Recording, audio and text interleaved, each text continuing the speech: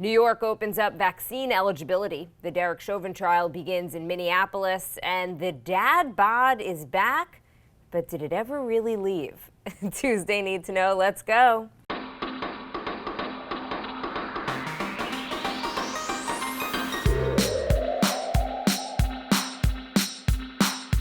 Good morning. This is Cheddar's Need to Know podcast. Oy. Carlo, I'm so flustered by the dad bod. I'm thinking about dad bods that I can't even get to the intro. It is Tuesday, March 30th. I am Jill Wagner with Carlo Versano. You're about to be a dad, Carlo. Yeah, well, it's a good thing because my dad bod is here, and like you said, it never went anywhere. That's for sure. I sent you a tweet this morning because we have a retweet section at the bottom of the newsletter, and it was somebody who wrote, you know, all of those people who lost weight during the pandemic really have some nerve. And I kind of agree. Has anyone lost weight this last year? Because I would like to talk to them. And I've been trying, I've plateaued even with my Peloton. It's just not happening. It ain't happening over here, that's for sure. All right, Carlo, a lot of pandemic headlines this morning. Let's start with the news that's relevant to both of us. All New Yorkers 30 and up are eligible to get vaccinated as of today, with people 16 and up to follow on April 6th, just about a week later. President Biden saying there is enough supply in the pipeline now that 90% of Americans will be eligible and within 5 miles of a vaccination site by April 19th. Biden also calling on states to keep their mask mandates in place. The CDC director is warning of, quote, impending doom from a fourth surge. And a new CDC study of vaccine efficacy in the real world suggests that a single dose of either the Pfizer or Moderna shots is 80% effective against the infection, jumping to 90% 2 weeks after that second dose. Let's go, baby. I think Andrew Cuomo listens to Need to Know. Governor, if you're listening, thank you for opening up eligibility after we called on you to do so yesterday. We appreciate it. The appointments in New York open at 8 a.m. today. I am ready. I don't know if you are, but I'm ready to get that shot. I'm ready to get this thing going, put this behind us. We're doing 2.8 million shots a day now, Jill. We did 3 days in a row of 3 million plus. Just fantastic. We're just crushing it. I know the CDC director was sort of morose yesterday, but I still remain very hopeful about how things are going. That CDC study on vaccine efficacy you just mentioned, also fantastic. It's fantastic because unlike the trials, this is a study that happened in the real world, like you said, right, with actual people out there, not just study, trial participants. It also strongly implies that the vaccines are suppressing asymptomatic infection, which in itself implies that they're actually blocking transmission in the real world, which was sort of one of the questions that was still kind of, we didn't really know. It sure seems like that these vaccines are doing it. Yeah, I mean, and we know because the new variants are around that obviously these vaccines work against those variants. So that's really important. I'm going to just read what the CDC director, Rochelle Walensky, did you get to see the video of what she said? She was pretty emotional about it, and that's not really her MO. So she says, now is one of those times I have to share the truth, and I have to hope and trust that you will listen. I'm going to reflect on this recurring feeling I have of impending doom. We have so much to look forward to, so much promise and potential of where we are, and so much reason to hope. But right now, I am scared. I know what it's like as a physician to stand in that patient room, gowned, gloved, masked, shielded, and to be the last person to touch someone else's loved one because they are not able to be there. And she said, the U.S. has come such a long way. We've said this too, and Biden basically pleading with governors, don't reopen just yet. Keep your mask mandates in place. We are so close. We are so close. We are almost there. Let's just, what is it, 3 or 4 more weeks at this point? You know, and if you look at the numbers, unfortunately, cases are really going up. And as our hospitalizations, the hospitalizations aren't going up at the same level as the the cases because so many of the at-risk population has had the vaccine. But they are still going up. We have not been able to kind of like crush this curve. And New York's positivity rate up above 6%, which is really high. I mean, last summer we were hovering around 1%. which was, and we were so concerned then. Think about like the difference in attitude people have now versus then, and where the cases were. No, it's true. All the more reason when you're eligible, go get that vaccine. These things are lifesavers. They are the way out.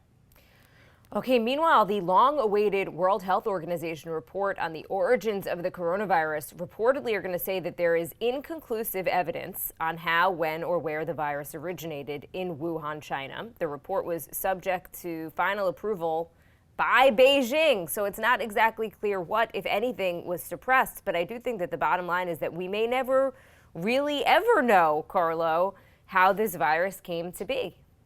Yeah, probably not. I think that the fact that this report's going to come out and sort of not say anything will add fire to the conspiracy theory that China manufactured the virus in a lab. So I just want to drill down on this because I feel like this is sort of getting missed a lot in the media and in the press. When you hear that somebody saying like, "Oh, the COVID came from a lab," it's, in your head, it suggests something nefarious, right? You sort of, or at least I immediately think of like, like a movie, like just there's some Chinese scientist like creating the virus in a petri dish and then they sneak it out into the world to infect people. That's extremely unlikely. There's literally no evidence that was the case. I mean, first of all, just like why, right? I mean, that country was the first country to get hit by this. Like there was no reason for them to do that. What's not extremely unlikely is that the virus accidentally escaped from a lab on somebody's like shoe or glove or something. There's a very big difference there, and I think it's getting sort of people aren't really understanding that. There is a top secret virology lab in Wuhan that is known to study coronaviruses. It's completely plausible that COVID escaped from that lab, as the former CDC director said he thought was possible. Again, there's no evidence that it has, but that doesn't mean that it's not plausible. And because China is China, we're never going to probably really know for sure. But the lab conspiracy theory has been really sort of, I think, misunderstood. I think it's probably more likely than not, like most things, the answer is the most obvious answer, that it came from a wet market in some, jumped from a bat or something to humans. And that's what happened. But it's not impossible that it accidentally escaped from that Wuhan lab. So 60 Minutes, if anyone is really interested in this, I think 60 Minutes did a great report over the weekend about it. I'm glad you mentioned the former CDC director, Robert Redfield. He did that interview with CNN on Friday where he said he thought his thinking was that it escaped from the lab. And he said it's just his opinion, but he's like, I'm a former official, which means I'm allowed to have opinions now. So I take it for what it is. And again, that 60 Minutes piece, so 24 experts and virologists wrote a letter saying that there needs to be an entirely new investigation.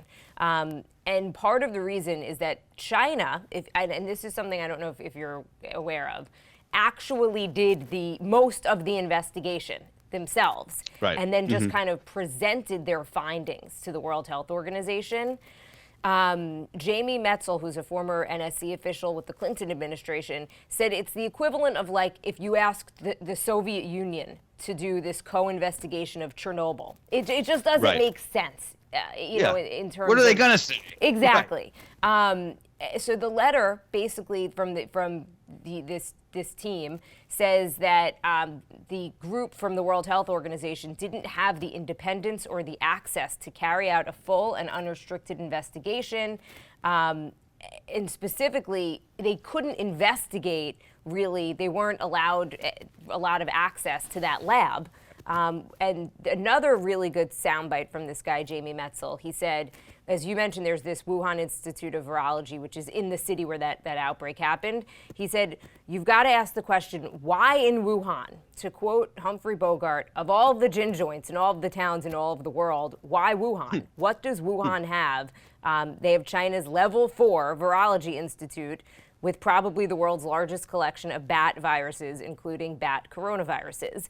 And he says, if it really came from that wet market, those bats or whatever animal that it came from don't come from Wuhan. They come from other parts of the country, and there were no cases in those other parts of the country originally. There were so that would be the evidence. And again, we don't know. And I think that this is the problem with China being so not transparent in this Sure. and kind of destroying evidence, or maybe just at least destroying it before they looked at it, is that there now are so many questions. And forgetting that, like, COVID is done, right? I mean, not done, but like we're at the 8th inning of this thing.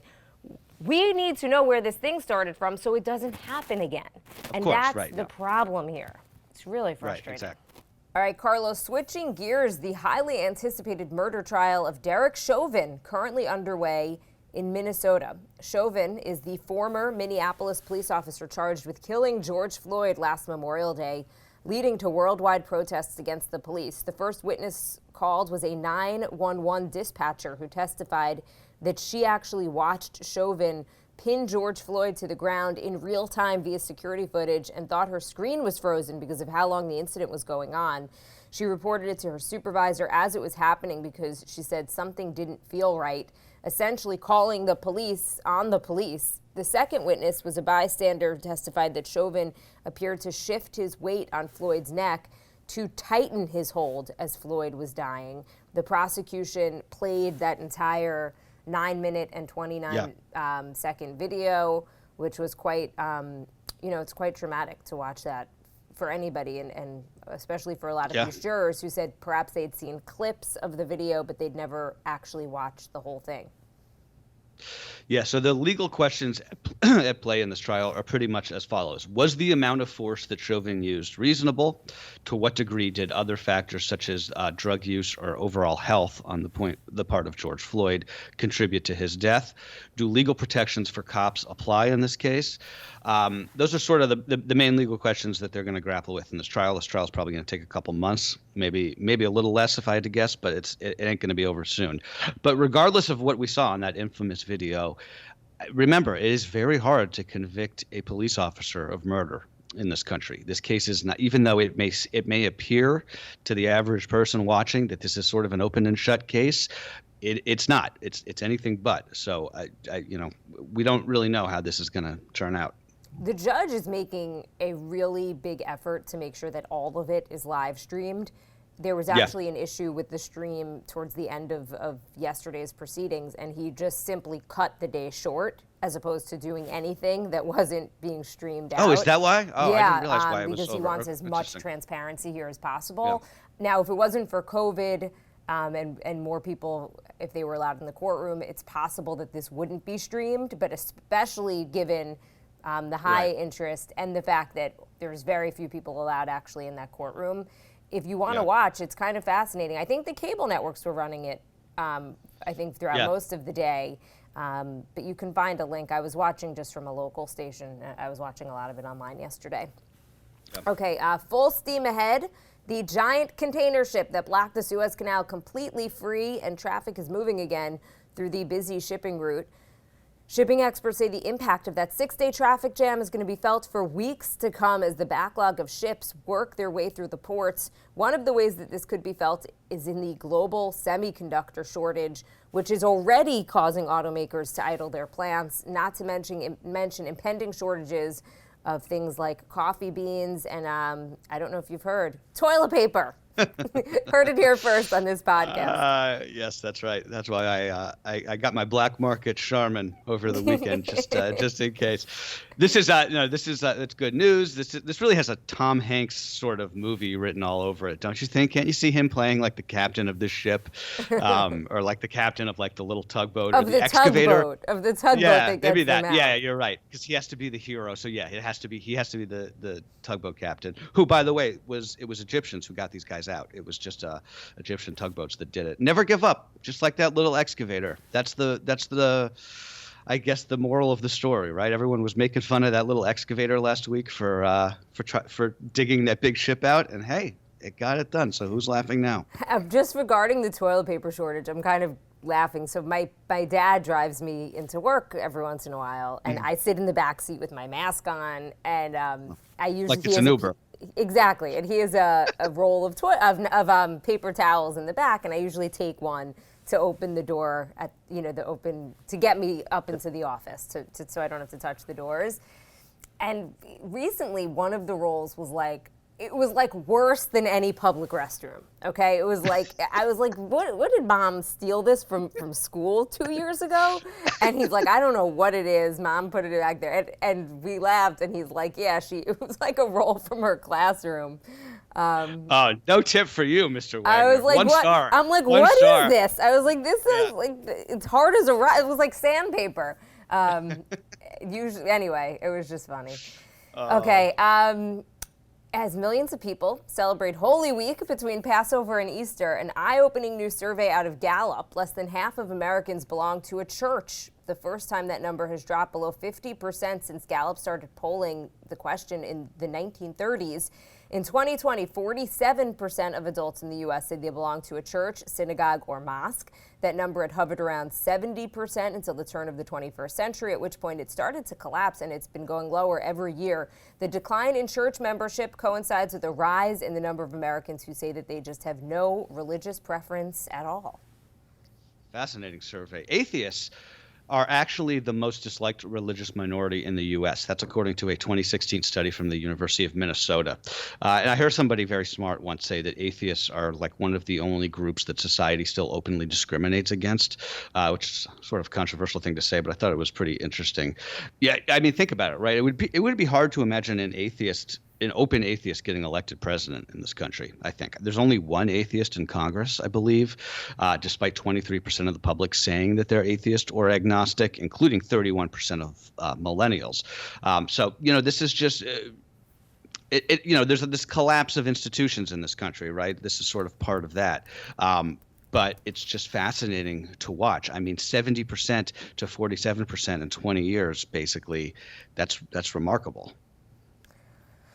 And it's not surprising, but kind of on that same topic, Nike says it has nothing to do with this controversial sneaker from the rapper Lil Nas X, and this company is now suing to stop it. I don't know if anyone's heard of this. Lil Nas collaborating with a streetwear company on custom Nike Air Max sneakers. Each of them contain a drop of human blood. Only 666 pairs of the quote-unquote Satan shoes were made. They sold out online immediately. They are decorated with pentagrams and a Bible verse about Satan's fall from heaven. The drop coincides with Lil Nas X's new single and an accompanying music video that features the rapper twerking on a CGI devil. You just actually reminded me to put the Old Town Road song on our summer playlist. That song's still great. Even all these couple of years later, it still rips. There's a bit of a satanic panic on the right over this story, which is a real throwback to a simpler time. Remember when Satanists were like a thing that people worried about? There were like congressional hearings over it. It was way back in the day. But the general rule of thumb, I think, is that when an otherwise sort of normie artist starts talking about Satan or the devil or whatnot, it usually means their best days are behind them. And I say that as somebody who actually likes this kid, Lil Nas X. He got into some Twitter battle with a congresswoman who kind of was like, went on Twitter to bash him, and he's like, do you not have anything better to do? And he's gay, and he was like, you guys, and she was quoting the Bible. He's like, you ruined my life for when I was growing up, and it was just a fascinating conversation, actually. Between them. Anyway, let's talk a little basketball. No upsets in men's college hoops last night. Baylor and Houston punched their tickets to the Final Four, beating Arkansas and Oregon State respectively. The field's going to be set after tonight, which can be summed up as Los Angeles versus the number one seeds. USC tips off against Gonzaga at 7:15 p.m. Eastern, followed by UCLA against Michigan at 10 p.m. Eastern time. 10 p.m.? Are you kidding me? Insane. NCAA. It's really ridiculous. I mean, I guess for California it's 7, but... I don't care about California. I care about me and my abilities to watch. When I run for president, didn't we decide that this is going to be part of my platform? No games. Your platform was going to be that you want either the Super Bowl on a Saturday or you want a national holiday the day after the Super Bowl, and then this part of it too. This is part of it. No games of any sort, no professional sports starting after 8 p.m. ever. That's a very important part of it. Because that gives, first of all, if you're on the West Coast, 5 p.m., you can handle that. That's all right. You cook dinner, you watch. 10 p.m. is insane. But I don't know if you caught the women's tournament last night. Drama was much more intense on the women's side. UConn versus Baylor What a game. Controversial non-call on the last possession, giving UConn the win. Down a point, Baylor's Dejanay Carrington driving to the hoop, and it really seemed like she got fouled as she posted up for the game-winning jumper. Refs didn't call it. UConn walked away with a win, keeping their Final Four streak alive. I don't know if you saw that play, but controversial would be an understatement. I'm gonna go look at it. That's a shame when it's like it comes down to a call that could go either way. Because they're playing their hearts out. It's just you never want that to be kind of the deciding factor. Okay, good news, fellas. The dad bod, popularized by celebs like Leonardo DiCaprio, Chris Pratt, and more controversially, Zac Efron, is back in vogue. According to a survey from dating.com, 75% of respondents say they preferred a softer, rounder male body type over a leaner, toned one. About 20% of respondents said physique didn't matter, and 15% preferred a chiseled, Ken-like body type. Carlo, weigh in. I mean, weigh in literally. The dad bod never went away as far as I'm concerned. So I'm happy to hear it. I never, who needs those chiseled, toned physiques when you can have this sort of like soft mush. Just mush. Yes, more to hold. I think it's just a more realistic. I guess it's just a more realistic desire. But what's wrong with a chiseled body? I'm surprised people don't want. Yeah, I mean, is that what Mike's rocking? Mike. We are both at the softer end of whatever. Well, I'm not going to get involved with this conversation. I don't know if you remember this, but last year, Zac Efron, people said he had a dad bod because of the show that he was on Netflix. And I looked at the pictures from him on that show. I'm like, that is not a dad bod. Like, he is absolutely ripped. Yes. I don't know what people are talking Zac Efron about. is the opposite of dad bod. Occasionally, you'll see a male celeb kind of when they're not shooting something, where they're just like hanging out on the beach or whatever, and you're like, whoa. But it's the same thing as women. I don't want to be hypocritical. It's like not all right when everyone talks about women's bodies, and I guess it's not okay either when you talk about a man's body. That's right. Okay, Carlo, totally switching gears. Before we go, tell us about Suzanne Fountain, who was one of the 10 victims in the Boulder shooting. Yeah, sorry. These pivots are difficult. I appreciate that. But yeah, let's just talk a little bit about Suzanne. She was a award-winning stage actor. She was a pillar of the Denver theater community. She paid the bills as a financial advisor in the healthcare industry who specialized in helping senior citizens enroll in Medicare and sort of navigate the pitfalls and the loopholes of having to figure out Medicare. She was beloved at her job. She was 59 years old. And that's pretty much all we know about her.